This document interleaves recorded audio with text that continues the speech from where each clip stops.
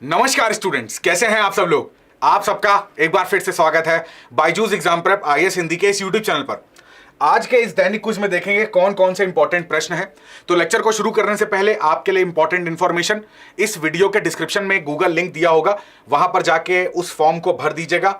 आपके जो भी प्रॉब्लम्स हैं यूपीएससी को लेकर, जो भी क्वेश्चन आप पूछना चाहते हो, तो वो यहां पर 1-to-1 काउंसलिंग सेशन ऑर्गेनाइज कराया जाएगा। यहां से आपके पास कॉल आ जाएगी, आप जो भी आपके मन में दुविधाएं हैं वो आप पूछ सकते हैं। चलिए अब पहला प्रश्न देखते हैं। भारत में आरक्षित वनों के संबंध में निम्नलिखित कथनों पर विचार करना है, कौन से कथन सही हैं। वन्य जीव संरक्षण अधिनियम 1972 के प्रावधानों के तहत आरक्षित वन घोषित किए जाते हैं। आरक्षित वन का प्राथमिक उद्देश्य जैव विविधता का संरक्षण और वनस्पतियों और जीवों सहित पारिस्थितिकी तंत्र की सुरक्षा, सख्त संरक्षण सुनिश्चित करने के लिए स्थानीय समुदायों को आरक्षित वनों में से किसी भी अधिकार या विशेषाधिकार की अनुमति नहीं होती है। अब देखिए, इंडियन एक्सप्रेस का एक एक्सप्लेन का आर्टिकल है, डिफाइनिंग फॉरेस्ट सेविंग देन। यहां पर सुप्रीम कोर्ट ने बोला है कि जो फॉरेस्ट होंगे उनकी परिभाषा वही होगी जो उसके जजमेंट में 1996 में दी गई थी। तो अब ये पूरा आर्टिकल आप पढ़ सकते हैं। अब यहां पर चूंकि आरक्षित वनों की बात कर रहे हैं, तो आरक्षित वन में जब पहला स्टेटमेंट आप देखते हो तो वन्य जीव संरक्षण अधिनियम 1972 यहां पे गलत है। ये इंडिया फॉरेस्ट एक्ट 1927 ब्रिटिश काल का एक कानून था, उसके अंतर्गत आरक्षित वन क्या होते हैं इसको परिभाषित करा गया था। तो पहला स्टेटमेंट हमारा गलत हो जाएगा। दूसरा स्टेटमेंट एकदम सही है। जाहिर सी बात है, फ्लोरा फौना को जब हमें प्रोटेक्ट करना होता है तो आरक्षित वनों के अंदर वो चीजें होती हैं। और यहां पर आप देखोगे कि तीसरा स्टेटमेंट भी गलत हो जाएगा, क्योंकि यहां पर कुछ रिस्ट्रिक्शन के साथ यहां पर इनको अधिकार दिए जाते हैं। जो लोकल कम्युनिटीज होती हैं, स्थानीय समुदाय होते हैं, उनको कुछ अधिकार होते हैं, बट उसमें रिस्ट्रिक्शन लगा के वो चीज दी जाती है। यहां पर लिखा हुआ है कि किसी भी विशेषाधिकार की अनुमति नहीं होती, तो यह स्टेटमेंट गलत है। तो हमारा बेस्ट ऑप्शन हो जाएगा बी, केवल 2। अगला स्टेटमेंट देखते हैं, अल नीनो और ला नीना, इनके संबंध में निम्नलिखित कथनों पर विचार करने कौन से कथन सही हैं। अल नीनो की विशेषता भूमध्य रेखीय प्रशांत क्षेत्र यानी इक्वेटोरियल जो पैसिफिक ओशियन है, असामान्य रूप से गर्म समुद्री तापमान है, जबकि ला नीना की विशेषता उसी क्षेत्र में असामान्य रूप से ठंडे समुद्री तापमान है। अल नीनो जो होता है उसकी घटनाओं से भारतीय उपमहाद्वीप में वर्षा में वृद्धि होती है। ला नीनो की घटनाओं से उसी क्षेत्र में सूखे की स्थिति उत्पन्न होती है। अल नीनो और ला नीना दोनों ही वैश्विक मौसम पैटर्न पर महत्वपूर्ण प्रभाव डालते हैं। मॉनसून पे, तूफान पे, सूखे पे, इन सब चीजों पे इनका प्रभाव पड़ता है, दोनों ही फिनोमिना का। स्टैटिक प्रश्न है, ज्योग्राफी का जो बेसिक कॉन्सेप्ट होता है उससे प्रश्न है।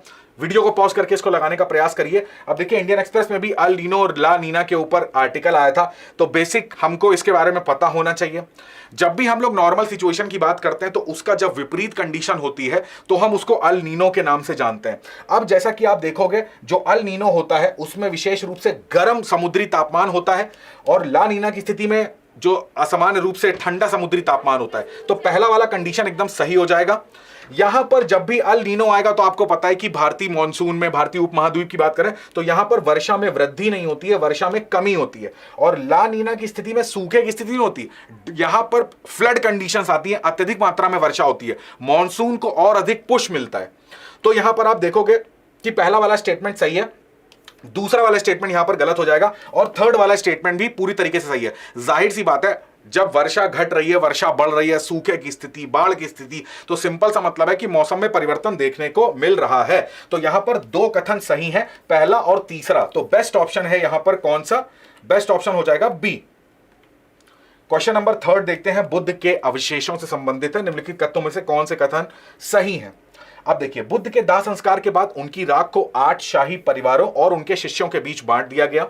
बुद्ध के अवशेष स्तूपों में स्थापित किए गए, जो पवित्र टीले हैं, स्तूप जिनको बोलते हैं, तीर्थ यात्रा के लिए जाया जाता है, जहां पर अक्सर लोग जाते हैं। बुद्ध के अवशेषों के वितरण, भारत के बाहर बौद्ध धर्म का प्रसार हुआ।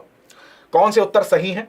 अब देखिए, यहां पर आप देखोगे जो Buddha's relics at national museum to be display in Thailand, तो यहां पर भेजा जा रहा है थाईलैंड में डिस्प्ले होने के लिए। इस वजह से बुद्ध के अवशेषों के ऊपर मैंने आपसे प्रश्न पूछा है।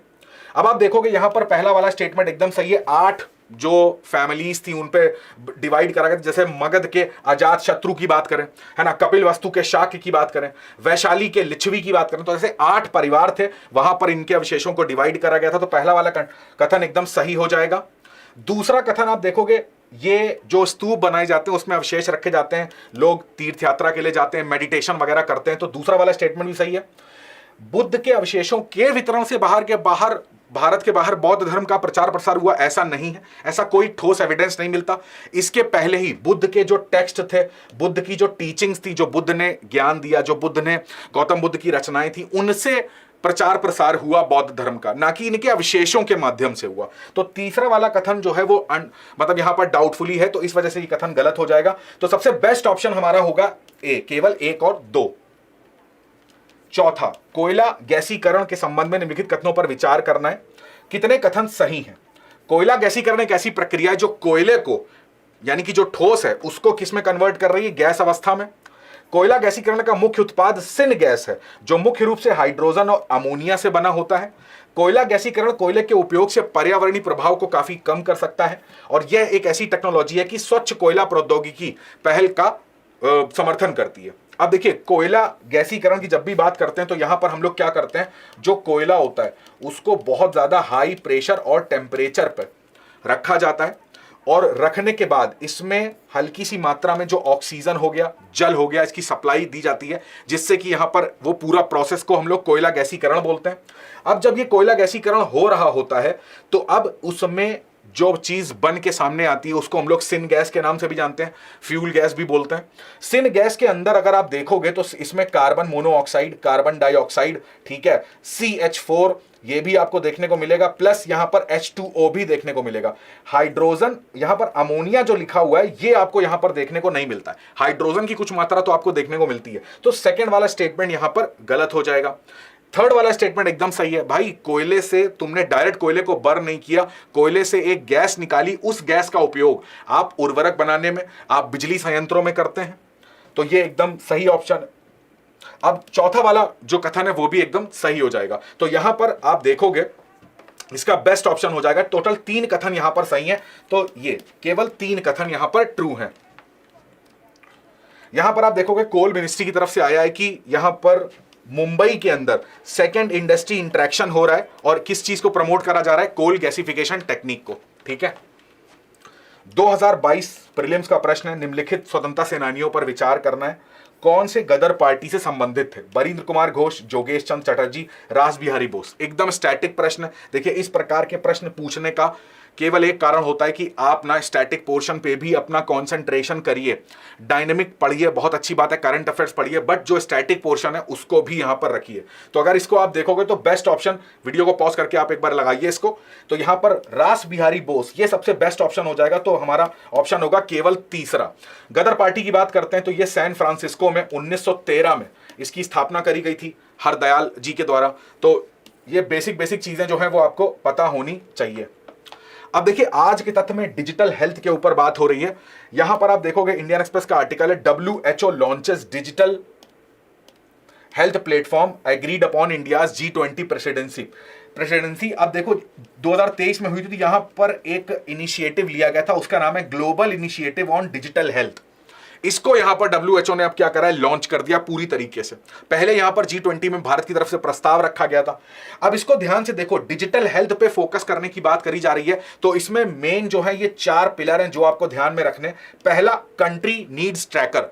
हर देश के पास कितने संसाधन उपलब्ध हैं, क्या क्या उसके पास संसाधन उपलब्ध है, किस चीजों की नीड ज्यादा है, आवश्यकता ज्यादा है, तो ये कैसे पता कर पाओगे, ट्रैक करोगे तब ये पता हो पाएगा। दूसरा है कंट्री के पास रिसोर्स पोर्टल, पूरा एक रिसोर्सेस कौन कौन संसाधन है, वो एक बेसिक वेंटिलेटर, ऑक्सीजन सिलेंडर, ये सारी चीजों से लेकर कितने संसाधन एक कंट्री के पास मौजूद हैं, हर कंट्री के संसाधनों को ट्रैक करना। इसके बाद बात करी जा रही है यहां पर share equality assured digital tools, यानी कि अब इन एक देश की जो एक्सपर्टीज है उसको दूसरा देश कैसे पा सकता है, एक देश के डॉक्टर दूसरे देश के पेशेंट को कैसे कंसल्ट कर सकते हैं, या एक देश के पास जो नॉलेज है, नॉलेज शेयरिंग वाली बात हो गई, ये कैसे पॉसिबल है, तो डिजिटल के माध्यम से पॉसिबल है। तो ये 4 मेन कंपोनेंट्स हैं किसके, global initiative on digital health के, तो इसको आपको ध्यान में रखना है। ठीक है, तो आज के डेली क्विज में इतना ही रखते हैं। मैं आशा करता हूं आज का डेली क्विज आपको अच्छा लगा होगा। लाइक शेयर सब्सक्राइब करना बिल्कुल मत भूलिएगा। आपसे मुलाकात होगी अगले डेली क्विज में कुछ नए प्रश्नों के साथ। तब तक आप अपनी पढ़ाई करेंगे, स्वस्थ रहेंगे और सबसे ज्यादा इंपॉर्टेंट अपने माता पिता का बहुत सारा ध्यान रखेंगे। आप सभी का बहुत बहुत धन्यवाद। जय हिंद।